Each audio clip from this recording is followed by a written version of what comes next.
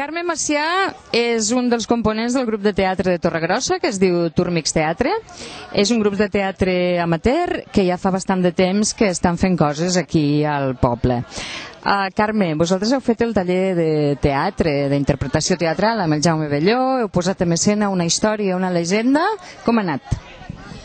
Bé, doncs nosaltres aquí al poble ja teníem la llegenda del sabater de Torregrossa, que era el mateix fons però amb un sabater, però al fer la història del pou vam pensar que clar, s'havia de lligar una cosa amb l'altra i vam transformar, el Jaume Belló va ser qui va transformar la llegenda del sabater amb la llegenda del pouer, i ell ens ha fet el taller, que ens ho hem passat genial i a més hem après molt.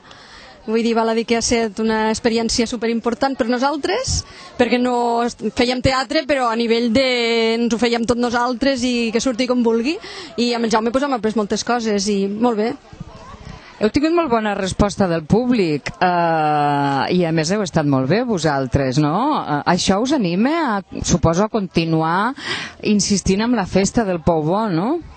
Sí, des de bon començament la festa ja està plantejada perquè no acabi mai, no? Perquè puguem continuar any rere any millorant-la si pot ser, perquè ara hem començat amb 4 cosetes, el bateig, la cercavila, la representació i un dinar, però a veure si podem ampliar-la i fer activitats a la tarda, i vull dir, la idea és aquesta, i amb la resposta que hem tingut de gent a la cercavila que no ens ho imaginàvem, perquè als dinars de seguida s'hi apunta la gent, però a les cercaviles, a passar calor, costa més, però amb la bona resposta de la gent i tothom que ha participat, no ho podem abandonar de cap manera.